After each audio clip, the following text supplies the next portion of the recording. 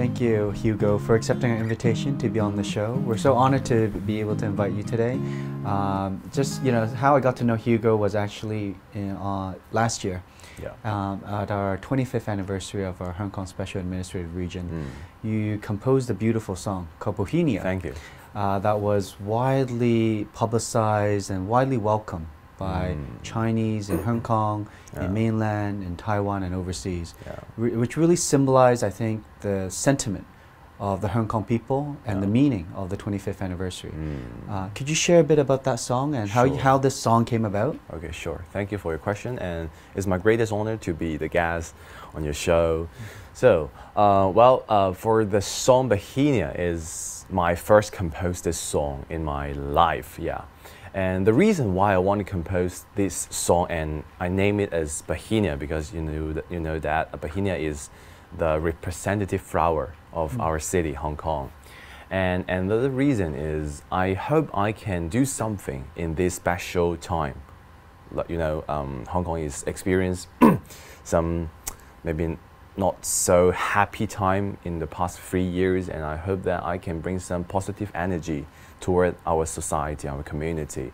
So I decided to compose Bauhinia in the year of 2022, and I really enjoy to sing songs. And some people, they are composing not composing other songs. Maybe they're organizing forums or other events for celebrating this special time. But I really love singing, and I'm a big fan of music. So I hope that I can use my own strength to do something for Hong Kong. And let us talk more about this song. I invited 24 Chinese youth to sing the chorus with me. 12 from Chinese mainland, 12 from Hong Kong, and they are studying in the 8 representative universities in both Beijing and Hong Kong. For Beijing, there are Peking University, Tsinghua University, Beijing Normal School, Beijing Renmin Daxue, and Communication University. And for Hong Kong, there are Hong Kong U, CU, and UST. And adding me, the 25 Chinese youth sing Bauhinia to celebrate Hong Kong's return to the motherland for 25th anniversary. So it's quite meaningful and representable thing in my life, I would say. Yeah, I love that song, and I remember it was just so viral. It went, it was on Weibo, it was on TikTok, YouTube. Great audience and great capture. It's my greatest fortune to do. Yeah. How did, in terms of audience capture, what were the rankings? It got actually quite high in terms of rankings, right? Yeah, right. Like in Kuaishou, a very famous app in Chinese mainland. I got the ranking number 2 on that date, and for the rank number 1 is President Xi went to Hong Kong. So I was very proud to say this. And for in the full media platform, I think my teacher told me that I got nearly 100 million views. Wow, it's really a big success in my life. Phenomenal, 100 million views. Could you sing a few lines of the chorus for us on the show so our audience could enjoy a few? Oh, for sure. Okay. 自己让每一颗心凝聚，多少崎岖前路有你何惧？致敬那5颗心，那个时代，大地分割，但同有一个梦。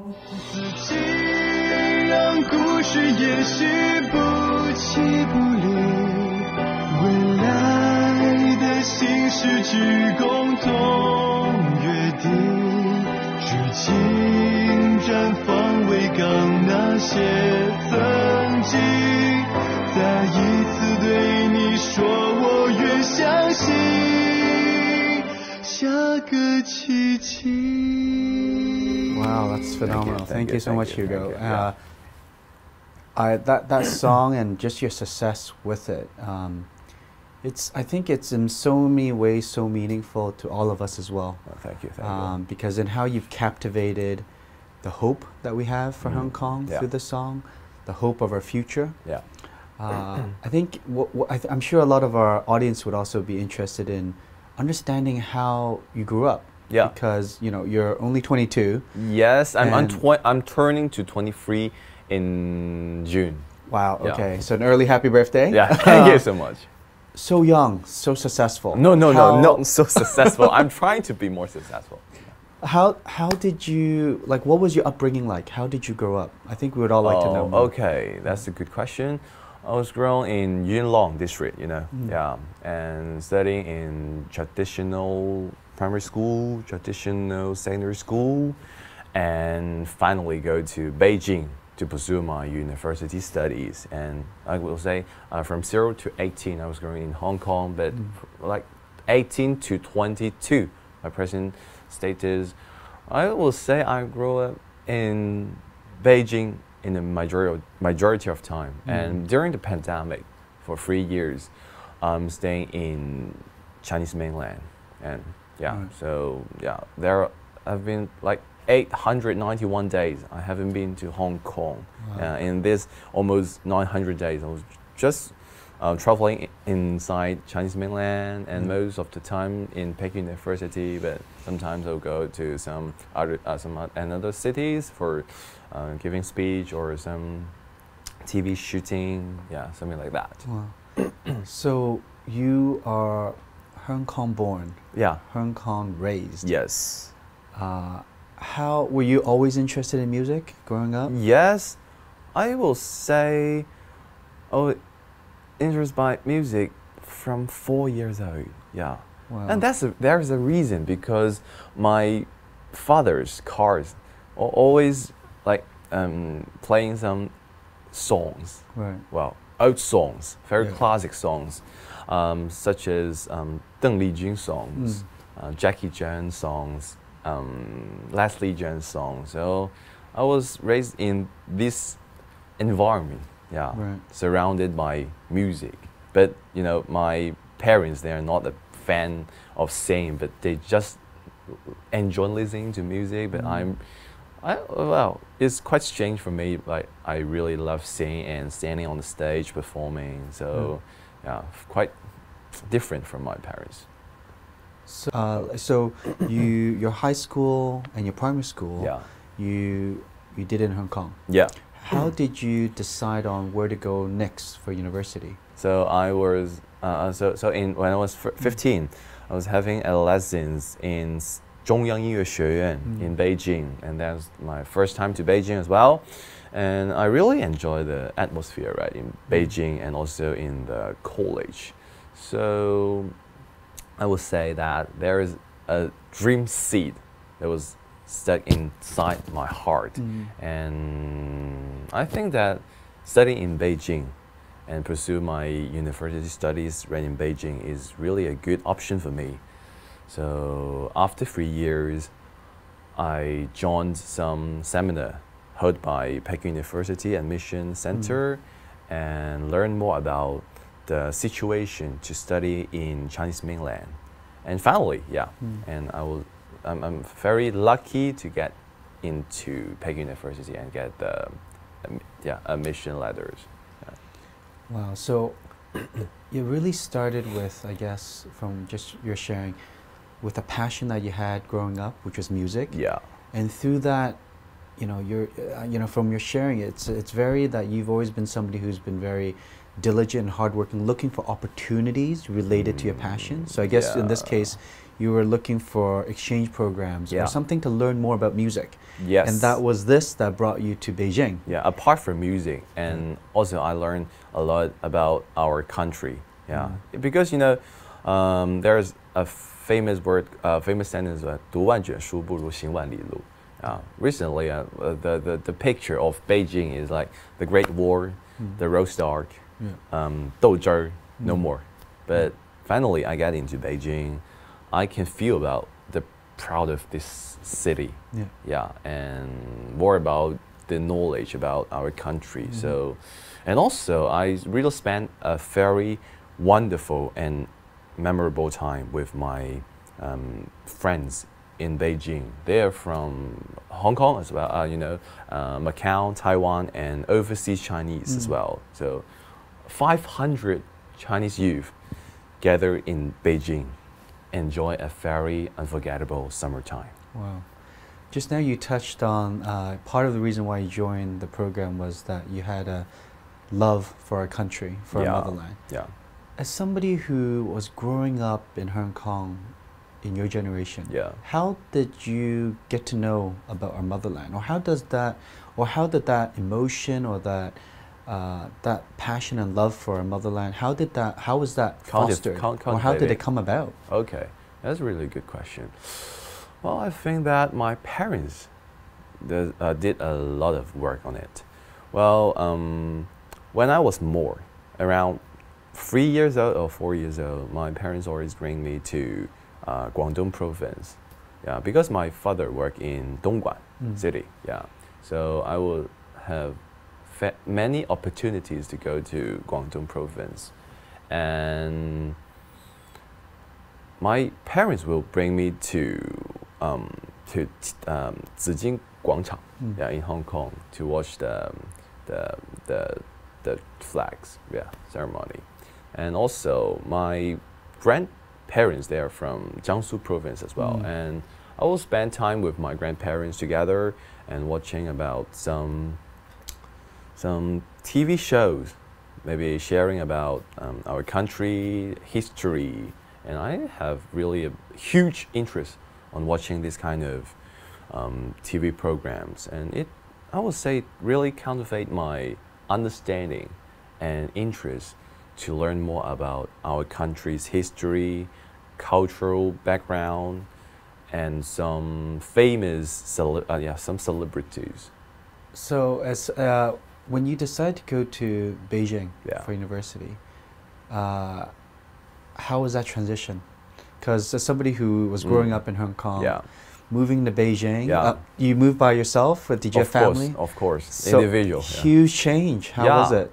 So first of all, the language. In Hong Kong we're using Cantonese, but in Chinese mainland, 99.9% you need to speak in Mandarin. So, and you know that 普通话 Mandarin is not a compulsory lesson for every student. So that's really a big challenge for me. Second is using Chinese, using English for written exam or any assignment to Chinese. Yeah, this is the second big task for me. And the third task is I finally need to live individually. Yeah, totally leave my parents to a new place to start my new life. So these are the three big challenges for me. But yeah, I overcame it, and I'm right now a year 4 student, and yeah, I'm ready for a new chapter of life. Yeah. So, well, when I look back for the past 5 years, because I get into university in 2018. Yeah, almost 5 years. So very wonderful, colorful, full of tears, I would say, but is really a very representative 5 years in my entire life. Full of tears? Why was it full of tears?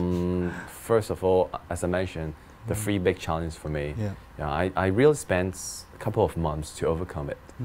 And the second one is, it is hard to connect with people deeply, heart to heart, brain to brain. And I used for like 3 to 5 years to connect with the peoples in Beijing. But now I am leaving Beijing in the upcoming months, So it's so hard to say bye-bye with my friends in Beijing. And my roommates, who is from Beijing, is moving to France for pursuing his master program.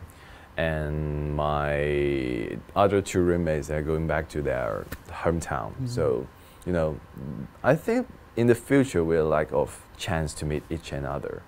So that's one part for tears coming out. And the third part is, well, going to Beijing and fight for my goal in Chinese mainland. There are always some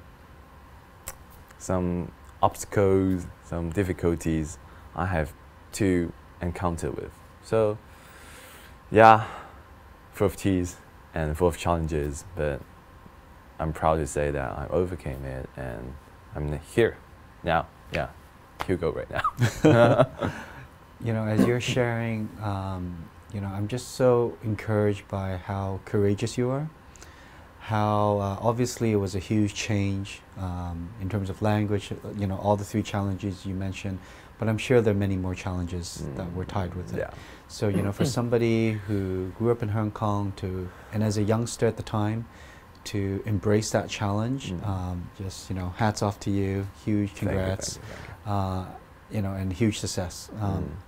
I think one thing I'm sure all of us would also want to understand more about is, as somebody who did not grow up in mainland, but you pursued a university in mainland. Yeah. A lot of people around the world are actually wanting to know more about China, our motherland, China. Yeah. Do you feel this timing where one has finished high school and then one is embarking into university, what are some, would you advise them to pursue university in China at this stage of their lives? About or 18, right? Yeah, because there are many opportunities, for example, for people to understand more about country. For example, it could be that they do business. Yeah. It could be that they want to raise their family in China. Yeah. There are many opportunities and many life seasons. But this particular life season after high school, and as they embark into a new season in university, is this a season that you would recommend to, you know, globally to different people, that this is a good time for you to come to mainland China? And if so, what are some of the advantages and disadvantages of coming to mainland China as they enter university? Yeah, I can list out some reasons. So, well, for me, I definitely recommend my friends or my families to study in Chinese mainland, because, you know, China is the future, and for us, we are part of Chinese. We are part of China, so it is crucial for us to know more about our country, not just simply go to some short trips or some exchange program, because it takes just around few days. The longest maybe 14 days or etc. So if you stay in Chinese mainland for a longer time, you will have a better understanding about our country as well. So, well, I really struggled a lot when I was choosing university when I was 18 because of my interest in Chinese mainland, and I really hope that I can know more about our country, to know more about how the party runs China. So I choose to go to Chinese mainland, and the reason for me to choose Beijing but not Shanghai, because I would say the resources about entertainment industries in Beijing is far richer than in Shanghai, and the toppest university in China is Peking University and Tsinghua University. So I hope that I can study in the toppest university. So among these choices, finally I choose Peking University, and I'm lucky to be the students inside this fabulous school.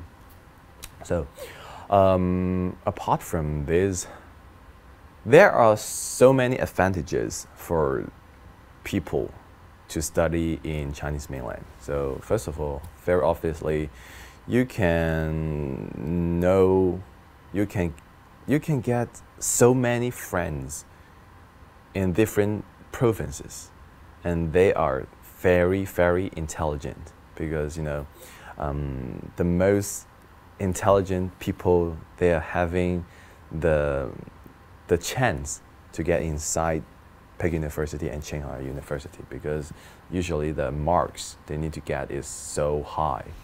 The maximum marks is 750, and usually they need to get more than 700 marks to get into this two toppest university in Beijing. So you're crowded with the most cleverest people, right, inside the country. So it's really a good opportunity to you to learn from them, to get friends with them. So as you know that, maybe some of they will become a very successful entrepreneur or government officers in one day, and you are their friends. So it is more, So for the second reason is you can develop a very strong relationship with them when you and them are in 18, a young age. So the relationship, I would say the bonding between each and other is more tight when developed in a young age. That's the response for you asking about whether it is good to study in Chinese mainland in 18. And the third reason is, I think for teenager, we need to step out of our comfort zone to embrace the unknown, embrace the challenges, and it really make us more stronger, no matter about mentally or physically, and more independent to face the problems without any help from our parents. Is very key, I think. So apart from the advantages, I would say about the disadvantages. Well, it really takes a long time for you to get used to the situation. Some of my friends, they cried every day in the first 3 months. My Peking University students, who are they from Hong Kong as well, and Macau and Taiwan, because the situation, the living environment, and the cultural background are different. Very diverse. So it is quite hard to get used to it in a short period of time. And the second reason is actually, I would say the academic is quite challenging, because we have to study maths. I would say the maths level in Chinese mainland for high school equals to the math level in Hong Kong for universities. So it is a big gap between. So we really need to pay more attention and time to eliminate the gap. And the third part, I think, is you're leaving your parents and you're going to a new place. You may feel lonely, but for me, I think it is an advantage. But for someone, they will feel it as a disadvantage because they need to leave their parents to a far, far away city. So this is my answer. So an early congratulations on your graduation upcoming summer. Thank you. So as somebody who did media and business, what are your thoughts on our current developments of media in mainland and Hong Kong? I guess in particular, you being in the music industry as well, I think it's music and entertainment and arts and culture is something that is apolitical, non-political, and anybody of different backgrounds can come together on those platforms or on those interests. And in recent years, I think if you look at Asian culture, we can see K-pop. Maybe 15 years ago it was J-pop, and more recently Thai pop as well, has been something globally and regionally receiving more attention. And being more welcomed and being very hugely popular. Definitely. I think in the last 2 weeks Coachella show, we are now seeing K-pop stars Blackpink and Jackson Wang on it. How do you view mainland and Hong Kong in its role of art and culture and media in the upcoming 5 to 10 years? And can we play a bigger role in this global music culture platform? Well, that's really a huge topic to share. So first of all, I want to share the reason why I choose journalism and communication as my major in my university life. So I realized that there is a huge gap about the Hong Kong youth and also the Chinese mainland youth. They're not so close together, and they're having a big diversity on the cultural background and also how they feel things. And media journalism, what I'm learning is to use some tools such as videos or music to combine together these two parties together and eliminate the misunderstanding and foster the mutual understanding. I want to share one thing I did last year during my gap year, which is I made a video called HK to PKU. HK, there are two meanings. HK means Hong Kong, and my English name is Hugo Kong. Yeah, Hugo Kong to PKU, Hong Kong to PKU, Hong Kong student to PKU. So the theme of these videos is to promote my school in 4 criteria. The eat in PKU, transportations in PKU or in Beijing, the school life in Beijing, and also the academic studies in Beijing. And these videos was published out by my university, and every time, because I'm using Cantonese and English for this main language in these videos, so every time my teachers, they are trying to attract or introduce PKU in Guangdong district and also Hong Kong or overseas, they will use my videos to share about the information of my school. And more importantly, in the biggest higher education exhibition in Hong Kong, my videos was just put on the big screen in convention hall. Yeah, it's really a very happy thing to share. And the reason why I want to share this to you, because learning this major can help me to know about what people's are thinking. We are doing the things that we hope it is a meaningful communication, but not just I want to say it. So to answer directly of your question, so what Chinese mainland, what Hong Kong can add in this trend, I would say governments, they're really working in a vital role to promote these upward trends. So for Chinese mainland, give more support to the teenager to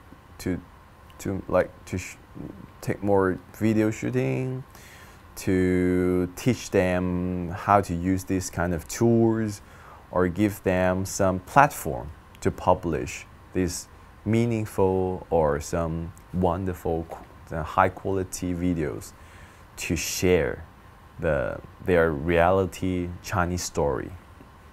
And for Hong Kong, Hong Kong's position is always embrace the Western world, and we align back our motherland. Well, in Hong Kong, we have our own HK, Hugo Kong, up and coming. I So hope, hopefully play a bigger role for us and I will. on the global map. Yeah. So I'm a YDC member, Youth Development Committee member. And just hearing your story as, as previously a Hong Kong youth and growing up in Hong Kong and then having interest and passion for our motherland and then also studying at Peking U. What are some upcoming or what are some thoughts or advice that you would see in how we can encourage our Hong Kong youth to have a similar sort of experience that you had? Like what are some things you could share with me on that I could learn from you? Sure. So I'm really thankful about I joined more than 30 exchange programs when I was 12 till now, more than 30. 80% of the exchange programs was held in Chinese mainland. Yeah, I think I visited more than 20 plus cities in Chinese mainland. Shanghai, Beijing, Shenzhen, Guangzhou, or Harbin, Chengdu, Chongqing, this kind of Chinese mainland main cities. Yeah, and I even work as a village teachers in Hunan province, a very, very remote area. And I also joined some overseas exchange program, such as One Belt One Road theme exchange program held by 大公文会. Yeah.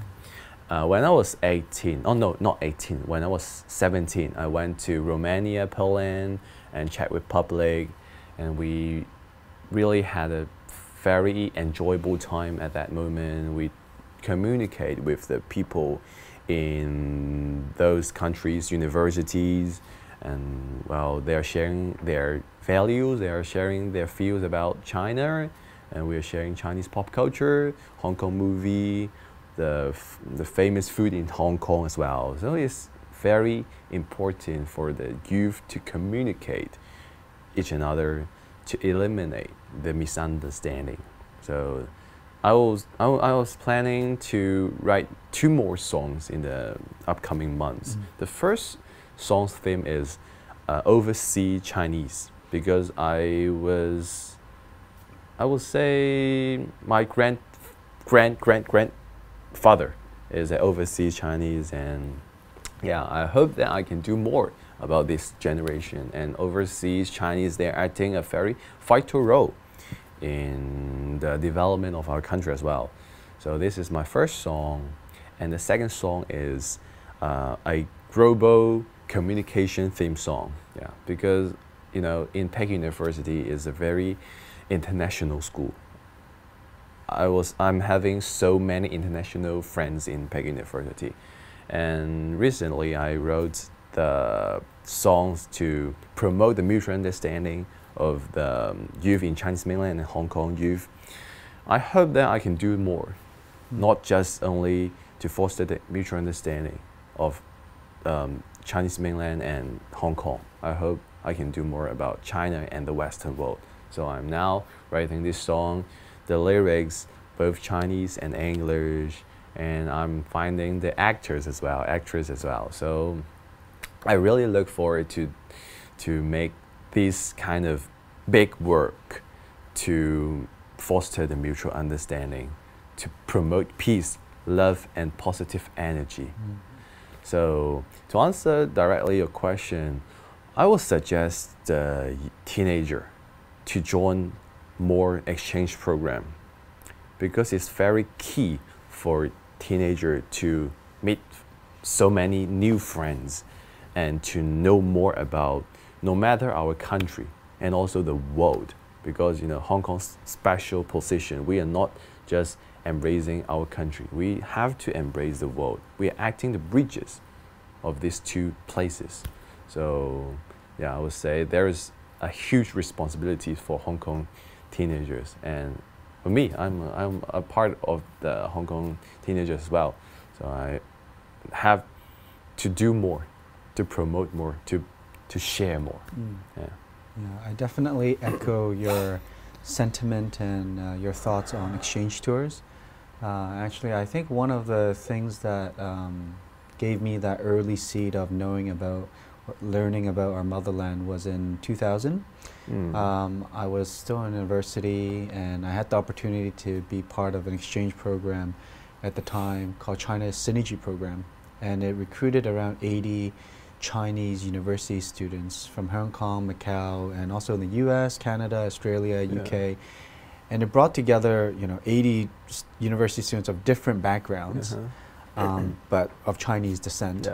And they, the tour, you know, brought us to Shanghai, Beijing, Chengdu, Guangdong, and Shenzhen, and then Hong Kong, Macau, just to really understand our motherland at the time. And I still remember when I was in Shanghai, Pudong at that time was just bare land. I see it. And I think just to, you know, witness the development in the last 20, 30 years to what Pudong is today, I really echo your sentiment. I think it's so much about, you know, it's not just youth, but definitely at that stage, I would recommend just broadening the horizons, to be as proactive as you in going on tours, looking for opportunities, just to learn more, see more, and meet more people. And we're so excited about Hugo, for what you're doing. We're so excited that you'll be graduating this year. Thank you. And we see. I personally think you'll definitely be playing a very pivotal role for us in Hong Kong. I see you as our global culture shaper, our global culture ambassador for Hong Kong, for mainland, and for Chinese at large, and how to advance that art and cultural space for us. So we look forward to looking forward to your songs, looking forward to your shows, and all the different things that you'll be doing in the entertainment industry. And we hope to have you back again on our show, Kev-On Air, again soon. Thank you so much, Hugo. Thank you. Thank you so much. Thank you.